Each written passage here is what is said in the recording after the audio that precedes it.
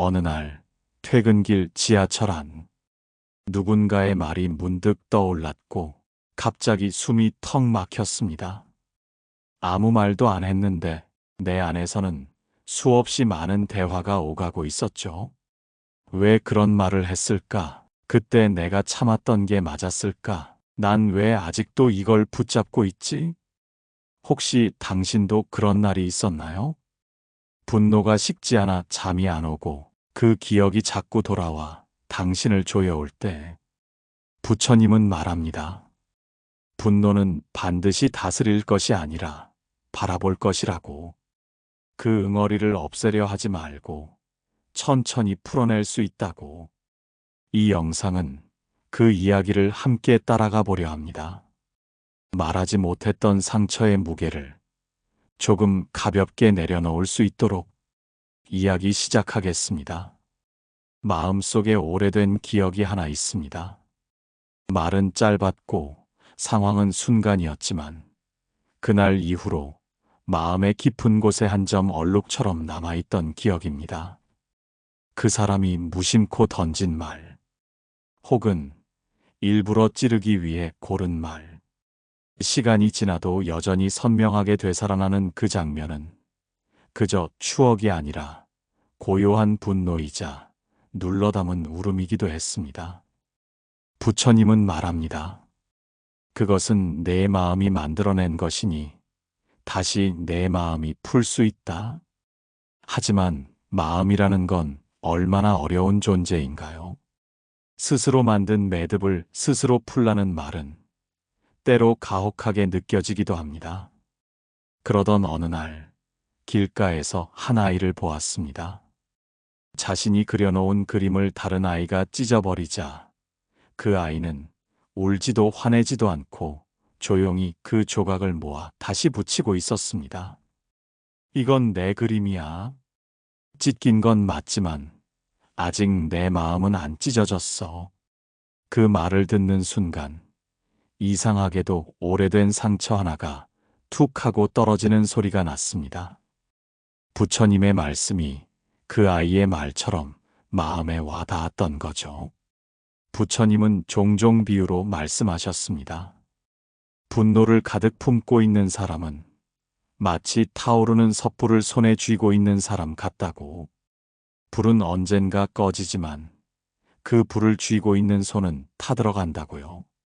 그 분노가 내가 아닌 누군가를 향한 것일지라도 결국 타는 건 내 손이라는 겁니다.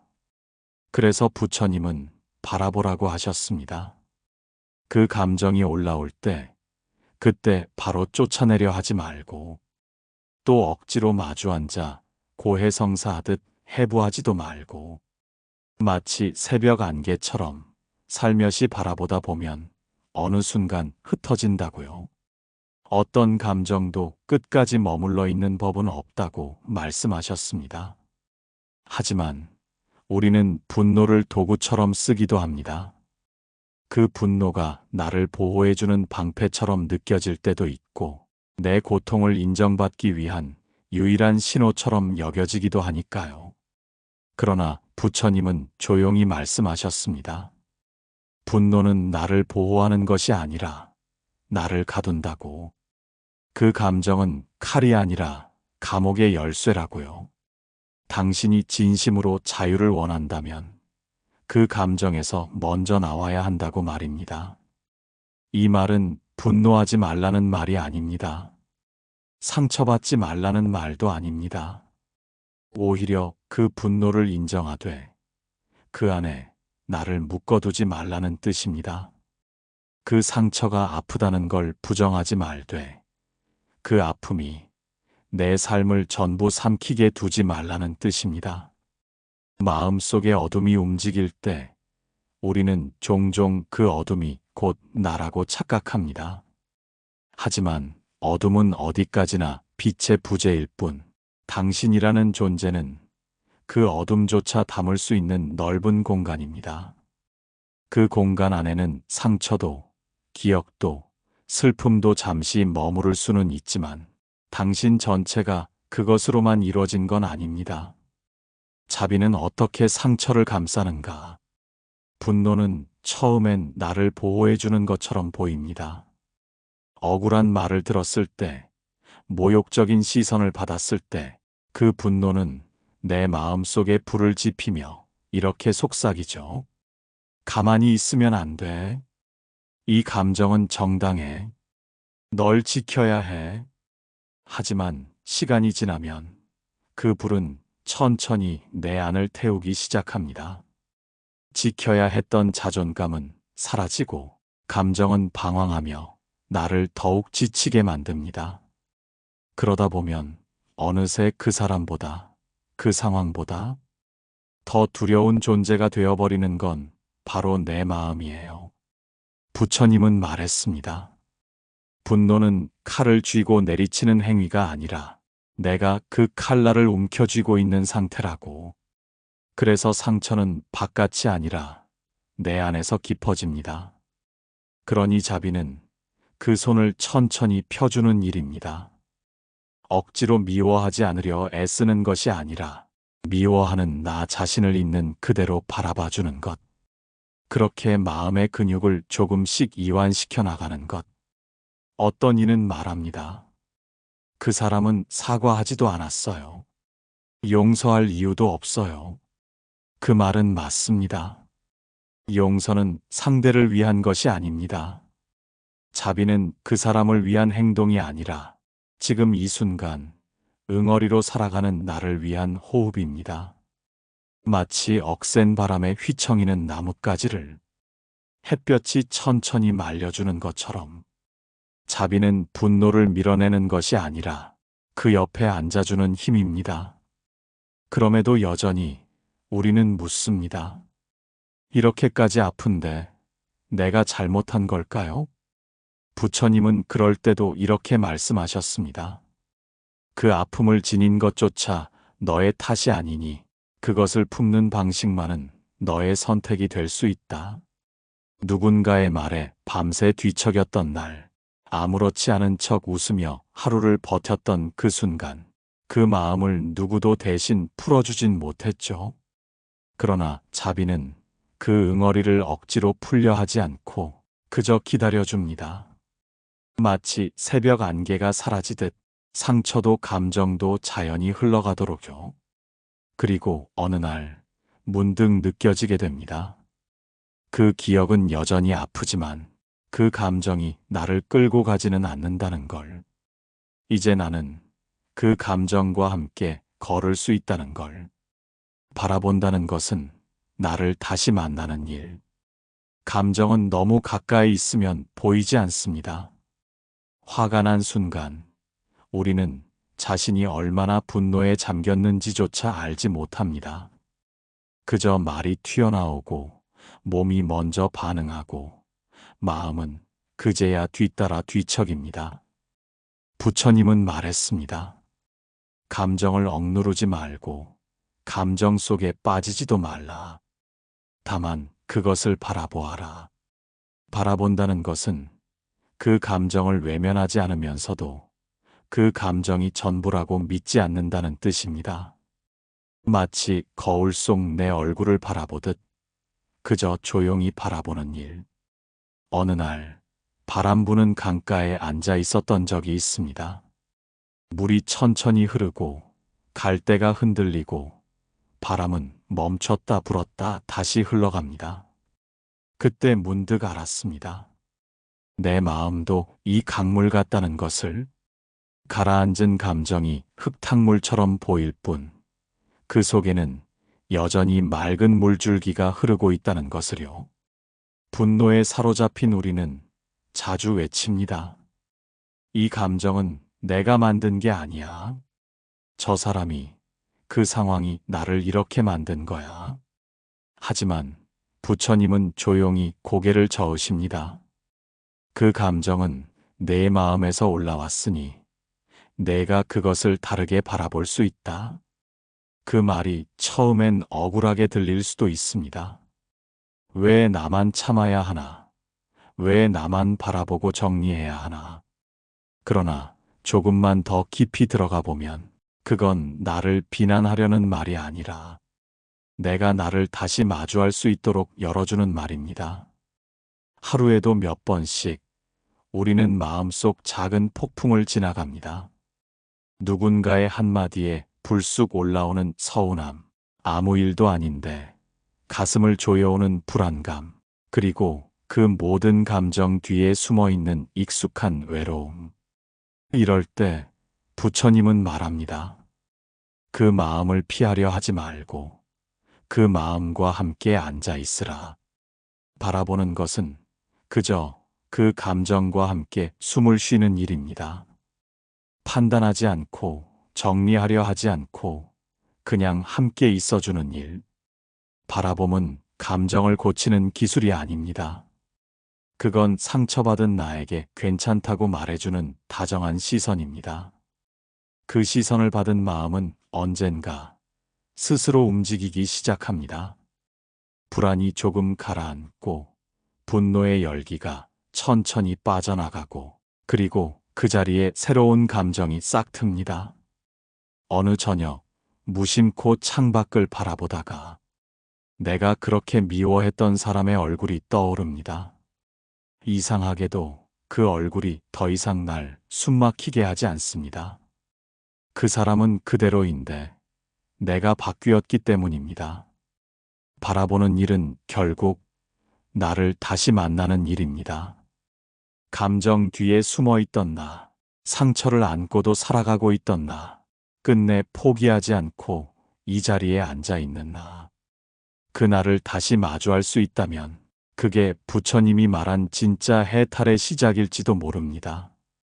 어릴 적 넘어져 무릎이 까졌을 때 그때의 고통은 참기 어려웠지만 시간이 흐르면 상처는 딱지가 되고 결국엔 흉터만 남습니다.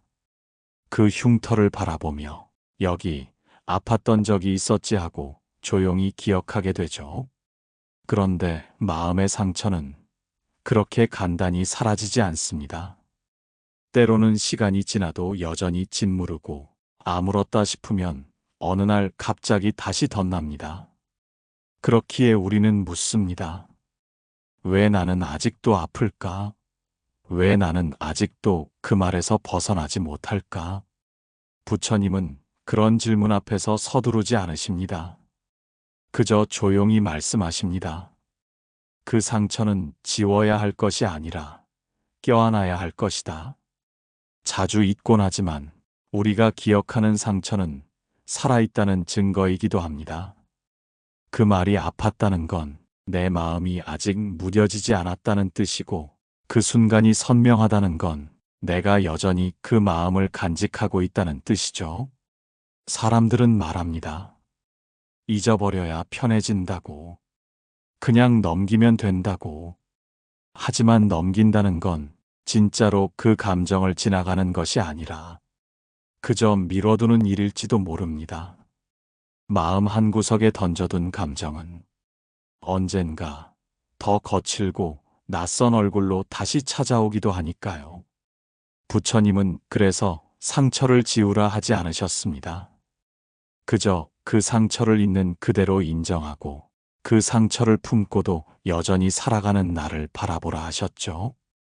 자신의 아픔을 부정하지 않는 것, 그것이 가장 먼저 해야 할 자비의 시작이라고.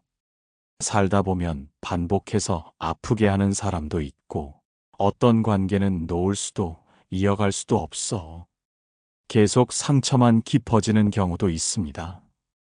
그럴 때 우리는 회피하거나 감정을 끊으려 애쓰기도 하죠.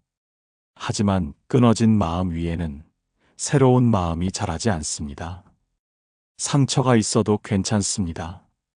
그 상처를 매만지는 손길이 따뜻하다면, 그 상처를 감싼 시선이 부드럽다면, 그 상처는 더 이상 나를 지시기는 무게가 아니라 내 삶의 이야기가 됩니다. 누군가의 무심한 말 한마디에 아직도 가슴이 멍들어 있다면 그건 당신이 나약해서가 아닙니다. 그건 당신이 너무 오래 참고 너무 많이 혼자서 버텨왔기 때문입니다. 그리고 그 마음은 충분히 소중하고 지켜져야 할 감정입니다. 부처님은 그런 마음을 외면하지 않으셨습니다. 그 어떤 분노도, 슬픔도, 외로움도 그 안에서 살아가고 있는 사람을 바라보셨습니다. 상처는 없어지지 않아도 괜찮습니다. 그 상처를 품고도 당신은 여전히 걸어가고 있으니까요. 감정을 숨기지 않아도 되는 자리. 우리는 자주 스스로에게 말합니다. 이 정도는 참아야지. 내가 예민한 걸지도 몰라. 괜히 감정적으로 굴지 말자. 그 말들은 마치 격려 같지만 조금씩 나 자신을 묶어두는 밧줄이 되곤 합니다. 마음에 올라오는 감정을 누를수록 그 감정은 더 깊은 곳에서 엉겨붙습니다. 부처님은 감정을 숨기라고 가르치지 않으셨습니다.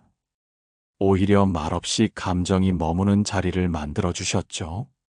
그 자리는 누구도 판단하지 않고 어떤 마음도 나무라지 않는 공간이었습니다. 한 제자가 찾아와 말했습니다. 저는 너무 자주 흔들립니다. 사람들이 한 말에 쉽게 상처받고 작은 일에도 마음이 무너져요. 부처님은 그를 나무라지 않았습니다. 대신 손가락으로 부드럽게 물가를 가리켰습니다. 이 물결이 일렁이는 건 바람 때문이지만 그 아래의 강물은 언제나 흐르고 있단다.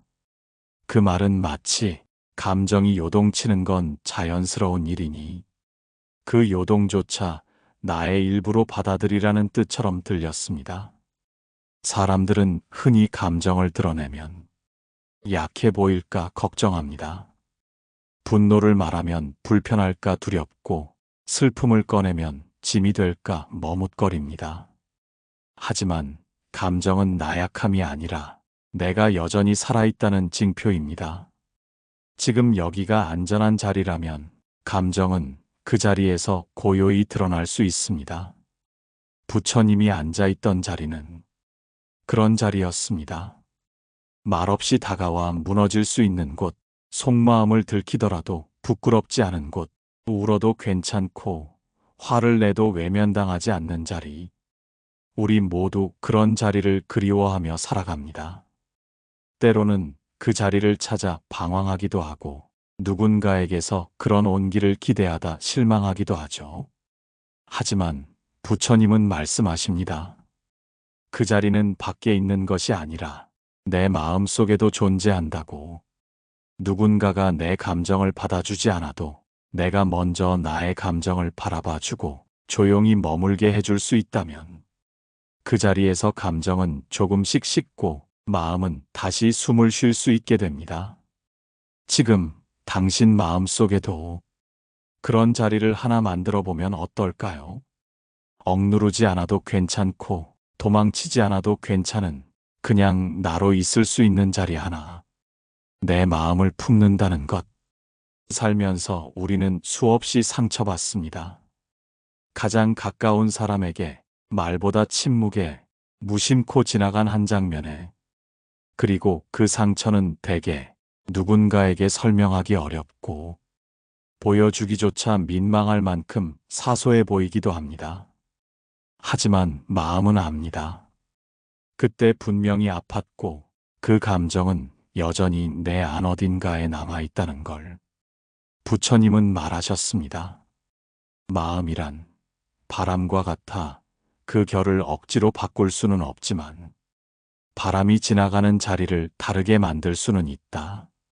그 말은 감정을 통제할 수 없을지라도 그 감정을 지나보내는 내 마음의 태도는 내가 만들어갈 수 있다는 뜻이겠지요. 어떤 날은 정말로 버티기 힘들고 말 한마디가 비수처럼 느껴지고 스스로가 너무 약하다고 느껴질 때도 있을 겁니다. 그럴 때 부처님은 우리에게 더 단단해지라고 말하지 않으셨습니다. 오히려 더 부드러워지라고 하셨습니다. 자신을 향해 더 다정해지라고. 자신을 꾸짖는 대신 이해하려 애쓰고 도망치기보단 잠시 앉아 바라보고 그 감정이 지나가도록 그냥 허락하는 것. 그 모든 순간이 마음을 품는 연습이 됩니다. 내 마음을 품는다는 건 상처를 없애려는 것이 아닙니다. 상처와 함께 지금 이대로의 나를 인정하는 일입니다. 그리고 그 인정에서 출발하는 작은 용기, 그게 진짜 치유의 시작입니다. 언젠가 그 말을 떠올려도 더 이상 마음이 찢어지지 않을 날이 올 겁니다. 그때 나는 여전히 그 기억을 가지고 있지만 그 기억이 나를 휘감고 있지는 않게 되겠지요. 이제 당신도 알게 되셨을 겁니다. 상처는 지울 수 없는 것이 아니라 함께 걸을 수 있는 것이라는 걸. 그리고 그 길을 걷는 동안 당신은 결코 혼자가 아니라는 걸 알게 될 거예요. 어딘가 같은 상처를 품고 조용히 걸음을 내딛고 있는 누군가도 지금 이 순간 당신과 함께 숨 쉬고 있어요. 그것만으로도 마음은 조금 가벼워질 수 있어요. 당신은 혼자가 아니에요. 용서라는 말이 주는 오해. 우리는 종종 용서라는 말을 너무 무겁게 받아들입니다. 마치 내 마음의 상처를 무시하고 그 사람을 이해해야 한다는 강요처럼 느껴질 때가 많지요.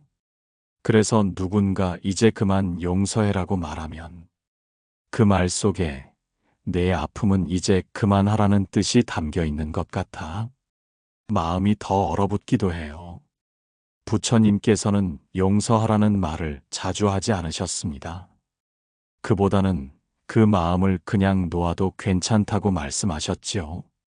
용서는 상대를 위한 일이 아니라 스스로의 짐을 내려놓기 위한 일이라는 걸 조용히 깨닫게 해주셨어요. 그 사람은 지금도 아무렇지 않게 살고 있는데 왜 나만 이 고통을 계속 안고 살아야 하나요? 이런 질문 앞에서 부처님은 그 사람에 대한 이야기를 하지 않으셨어요. 대신 당신 마음이 어떻게 살아가고 있는지를 물으셨어요. 그 사람을 용서하지 않아도 괜찮아요. 꼭 용서를 해야만 자유로워지는 것도 아니에요. 다만 그 감정의 밧줄에서 당신 자신을 조금씩 풀어주자는 거예요. 마치 손에 오래 쥐고 있던 돌멩이를 서서히 내려놓듯이 그 돌멩이가 있었던 자리는 여전히 시큰거리겠지만 이제는 두 손을 다른 데 쓸 수 있게 되는 거예요. 그 자리에 바람이 스며들고 햇빛이 닿고 조금씩 마음의 감촉이 달라지기 시작해요. 더 이상 상처가 나를 조종하지 않고 내가 그 상처와 함께 숨을 쉴 수 있게 되는 거예요. 용서는 명령이 아니라 선택이에요. 그 선택은 타이밍도 모양도 방향도 모두 당신의 몫이에요. 그걸 누구도 강요할 수 없어요. 그러니 너무 서두르지 마세요. 마음이 그럴 준비가 되면 언젠가는 저절로 그 사람을 향한 생각이 흐려질 거예요. 그 순간 당신은 이미 자유로워지고 있는 거예요. 기억은 남고 감정은 흐른다. 기억은 우리 안에 오래 머무는 존재예요.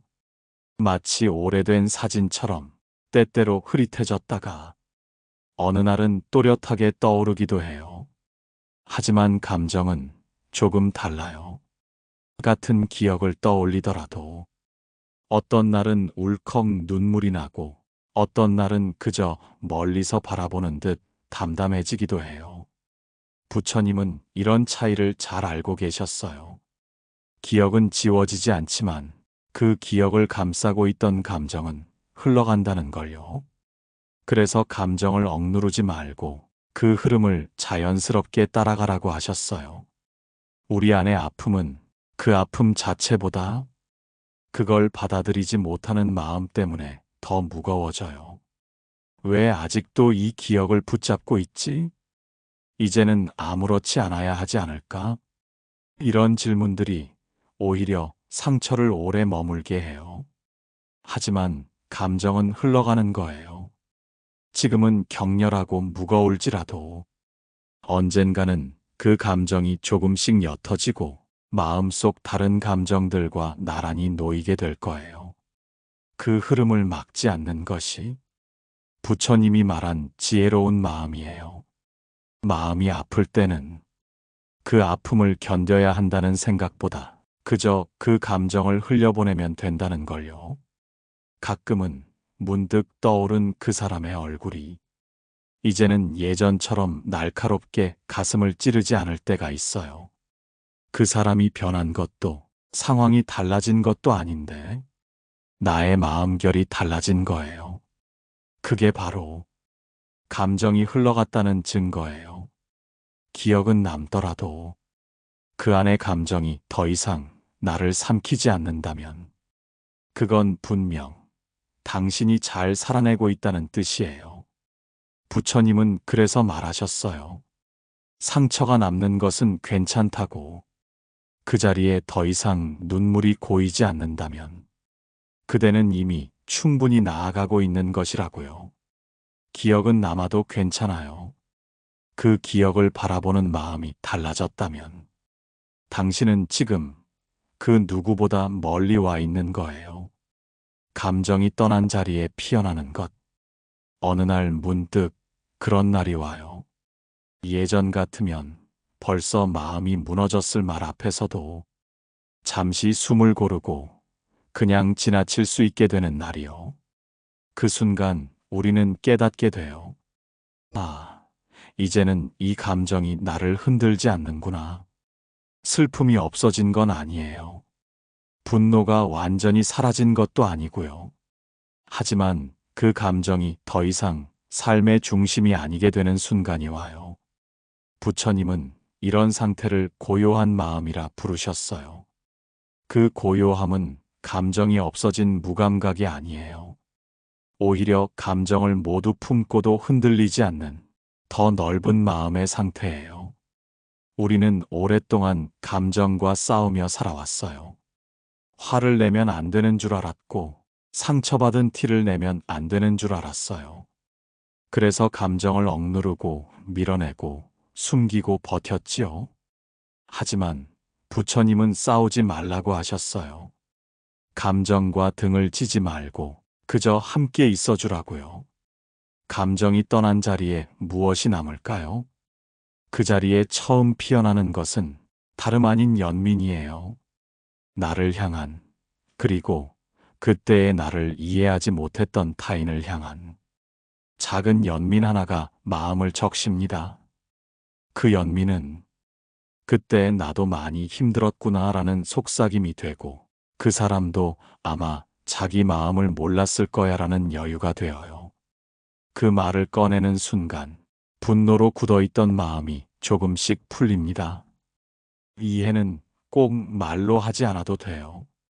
그저 마음속에서 나는 이 기억을 껴안고도 살아갈 수 있어 라고 말할 수 있다면 그건 이미 삶이 그 기억을 품은 방식이에요. 감정이 떠난 자리는 텅 비어 있지 않아요. 그 자리에 조용히 자라는 건 이해, 자비, 연민, 그리고 아주 작고 단단한 평화예요. 그리고 그 평화는 누군가에게 설명할 필요도 증명할 필요도 없는 당신만의 내면 풍경이 되어 언제든 돌아갈 수 있는 집이 되어줄 거예요. 상처와 함께 살아간다는 것. 삶은 상처 없는 길이 아니에요. 상처가 없는 사람이 강한 게 아니라 그 상처와 함께 살아가는 사람이 단단해지는 거예요. 부처님은 고통을 부정하지 않으셨어요. 그는 오히려 고통이 어떻게 오는지, 어떻게 머물고, 어떻게 떠나는지를 끝없이 관찰하셨지요. 그분은 말했습니다. 아픔은 삶의 일부이지만 그 아픔에 내가 휘말릴 필요는 없다. 우리는 상처를 없애기 위해 무언가를 끊고 피하고 단절하려 하기도 해요. 그렇게 하면 좀 더 나아질 것 같고 과거에서 벗어날 수 있을 것 같으니까요. 하지만 상처는 지워지는 게 아니라 내 삶 속의 한 겹으로 남는 거예요. 마치 오래 신은 옷의 주름처럼 나를 구성하는 흔적이 되는 거예요. 그 흔적이 있다고 해서 내 삶이 더 불행하거나 덜 빛나는 게 아니에요.